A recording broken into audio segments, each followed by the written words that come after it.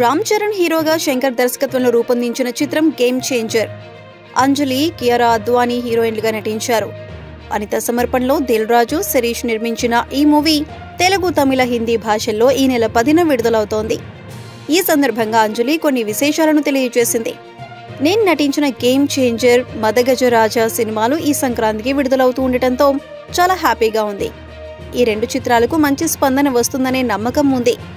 Game చేంజర్లో నేను చేసిన పార్వతీ పాత్ర ఆడియన్స్ కి చాలా ఫ్రెష్ గా అనిపిస్తుంది.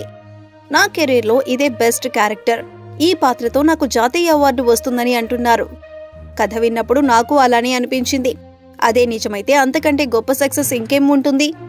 ఈ మూవీలో రామ్ చరణ్ చేసిన అప్పన్న, నేను చేసిన పార్వతీల ప్రేమ, వారి బంధం చాలా గొప్పగా ఉంటుంది.